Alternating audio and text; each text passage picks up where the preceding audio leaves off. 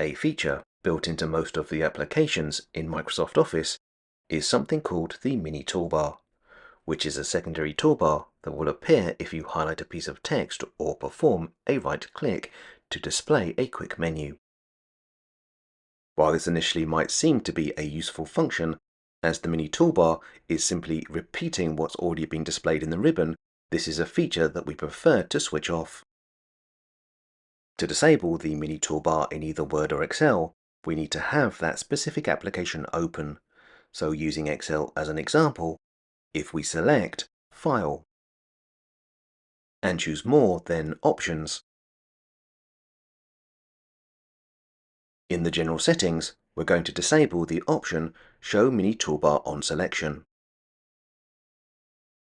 After clicking OK, now when we highlight a piece of text, the mini toolbar should no longer be displayed.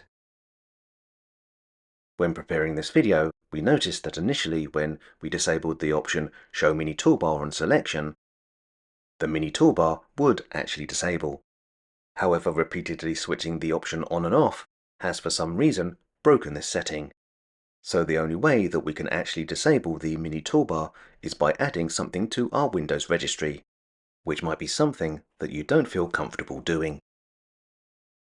However, if like us, you simply cannot ignore the mini toolbar and are prepared to fiddle with the inner workings of Windows, we're going to demonstrate what you need to do.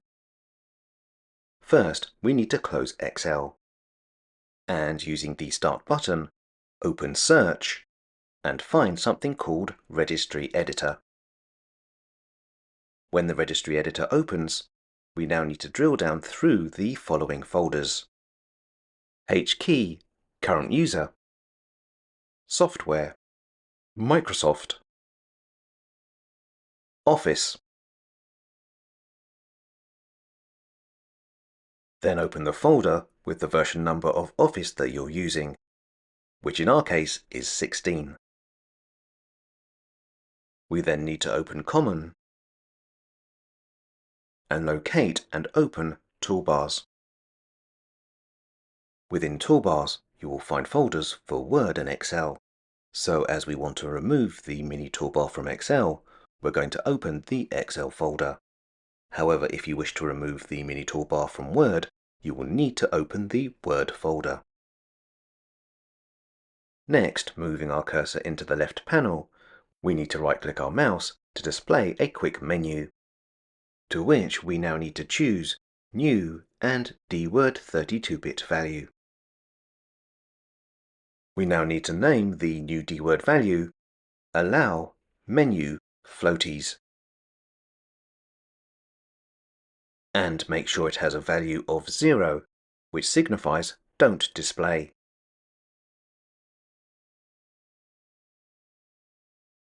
After we close the Registry Editor and return to Excel,